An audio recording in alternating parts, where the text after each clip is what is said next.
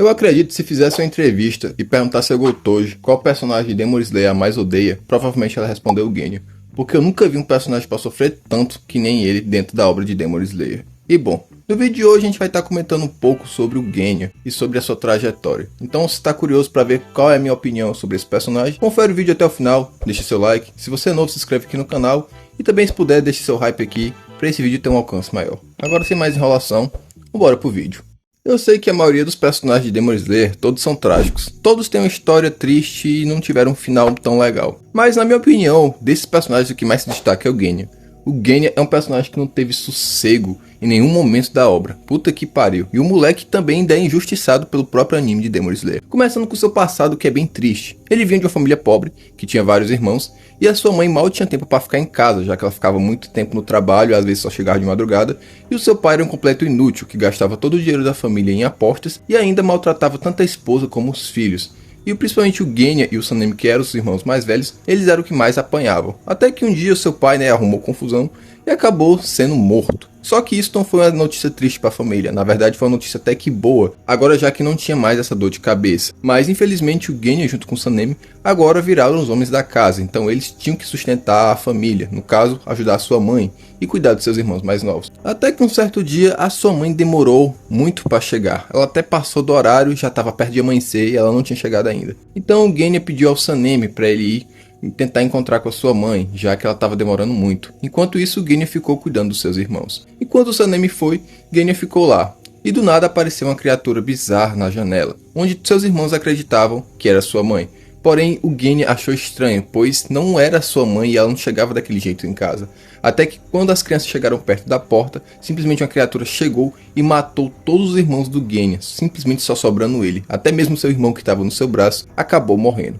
E quando a criatura estava prestes a atacar o Genya, o Sanemi pulou pela janela e tirou essa criatura de dentro da casa, assim indo para o lado de fora. Como estava muito escuro, o Genya não conseguiu enxergar quase nada do que tinha acontecido. Então ele foi atrás do Sanemi saber o que estava acontecendo. E quando ele subiu o morro, ele percebeu que o Sanemi tinha acabado de matar sua mãe.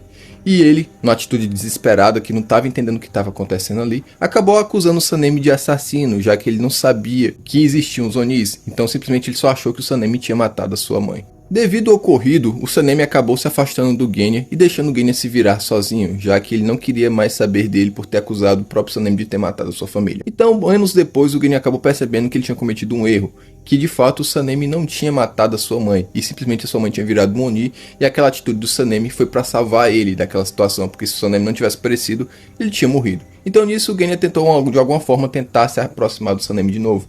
Ele acabou ficando sabendo que seu irmão estava na corporação de caçadores de Onis e assim ele se candidatou a entrar na seleção final. E assim temos os eventos da primeira temporada, onde o Genya é um dos poucos personagens ali que sobrou na seleção final, sendo só ele, o Tanjiro, o Zenitsu, a Kanao e o Inosuke, só que o Inosuke não apareceu ali porque já tinha vazado. A princípio o Genya tinha uma personalidade muito difícil de se lidar, ele me lembrava até um pouco o Bakugou de Boku no Hero, já que ele era aquele cara agressivo que batia todo mundo e na seleção final ele ainda acabou machucando uma das filhas do Boyashiki, puxando o cabelo dela. E é interessante que na verdade isso é uma censura, porque no mangá ele simplesmente puxava a orelha dela até sangrar. E já no anime eles simplesmente mudaram para ele só puxando o cabelo dela. E por conta disso o Tanjiro acabou quebrando o braço dele. Então você fecha a boca e vai tomar no seu cu! Caralho! Tomar no cu! Ah, por que eu sabia? Por que eu sabia? Você faz! Vai se fuder, vagabunda, média do caralho! É bem interessante saber que tem essa diferença do anime pro mangá. Sinceramente não sei porque que eles censuraram, eu acredito que foi para deixar a cena um pouco mais leve. Depois disso o Genya simplesmente sumiu na obra, só foi aparecer lá no final na mansão borboleta quando o Tanjiro se esbarra com ele.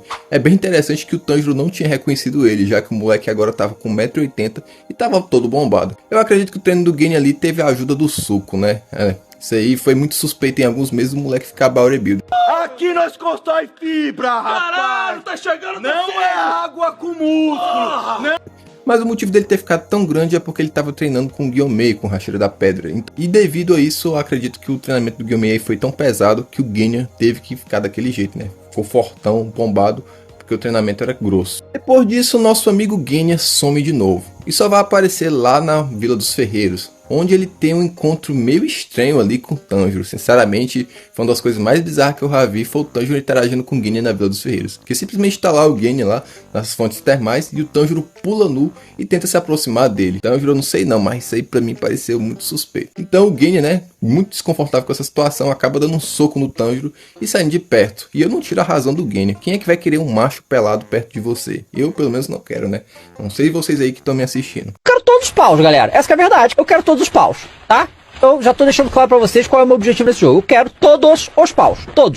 Nesse arco a gente conhece melhor o Genya e a gente descobre que ele é um caçador bem diferente. Que no caso, ele simplesmente luta com a espada um pouco mais curta e usa uma 12. E bom, ele tem um atributo ali que é simplesmente de consumir Onis para ter os poderes deles. Então acaba que o Genya ele é uma espécie de caçador barra Oni. Ele consegue virar Oni por um determinado tempo, mas não consegue ficar com a força total, o que é algo bem interessante. Só que o único problema disso é que a autora nunca se aprofundou sobre isso e nunca explicou. Inclusive o Genya, antes de se transformar, ele faz uma espécie de oração.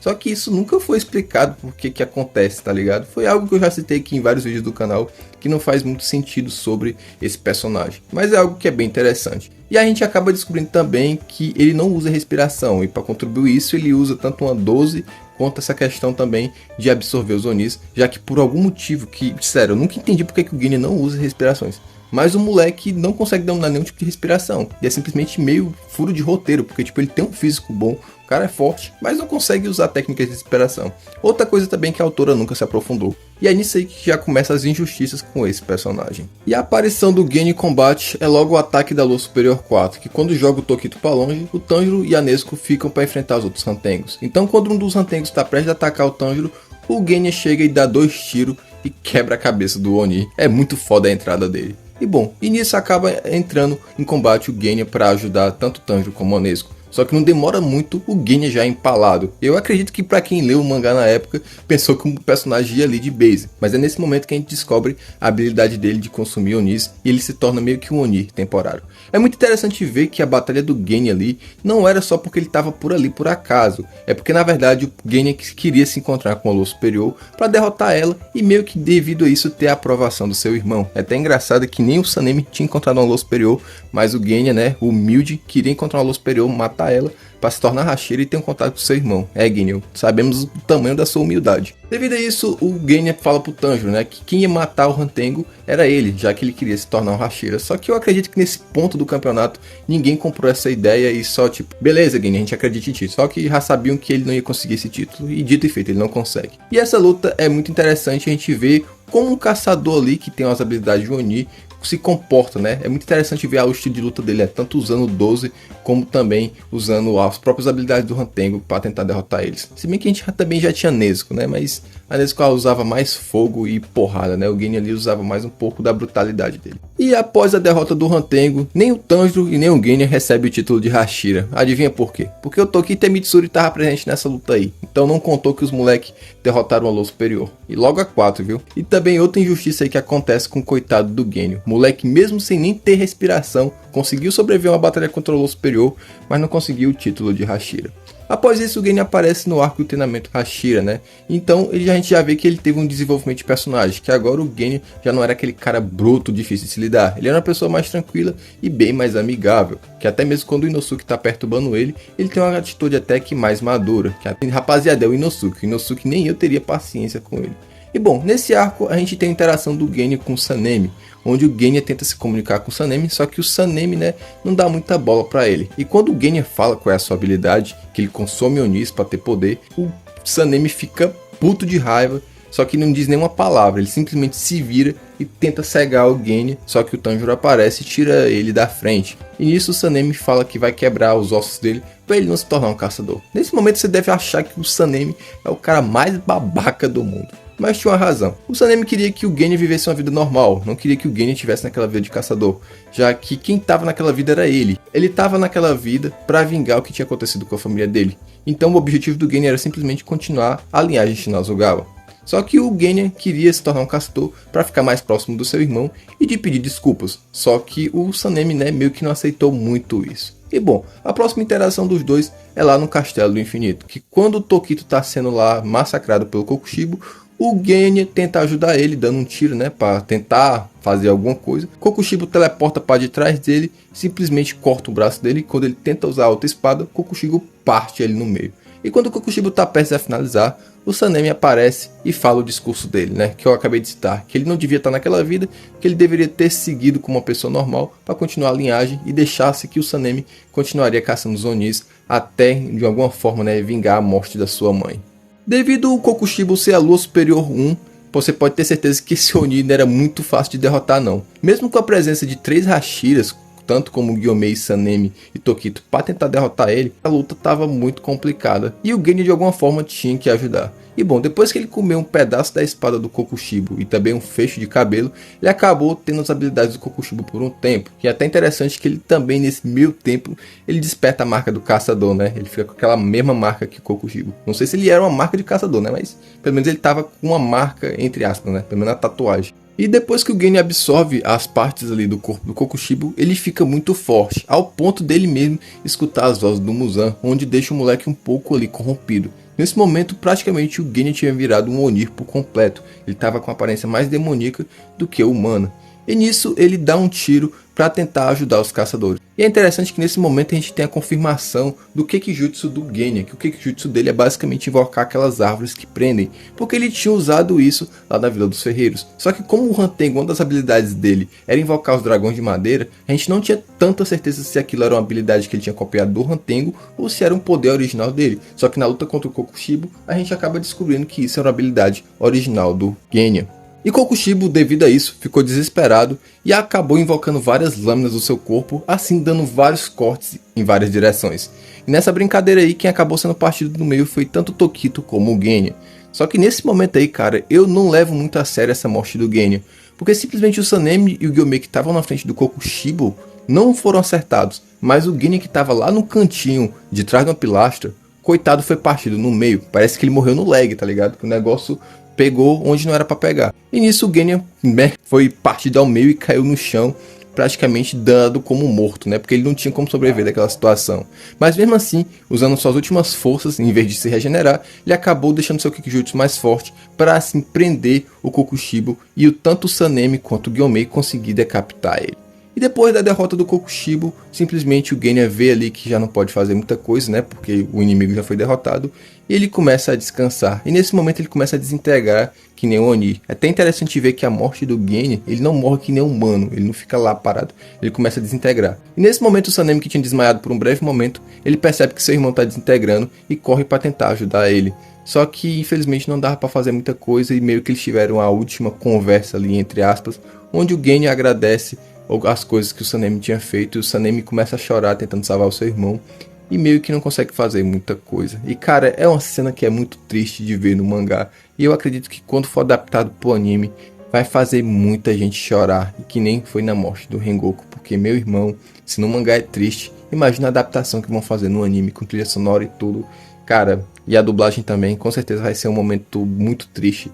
E bom, assim temos o fim de um personagem que, bom, ele é até interessante, mas é muito injustiçado pela obra, já que ele nem mesmo conseguiu completar seu objetivo de ter ali uma paz, entre aspas, com seu irmão, já que ele só conseguiu isso no seu leito de morte. Ele não conseguiu ter nenhum tempo ali de amizade com Sanemi antes de morrer.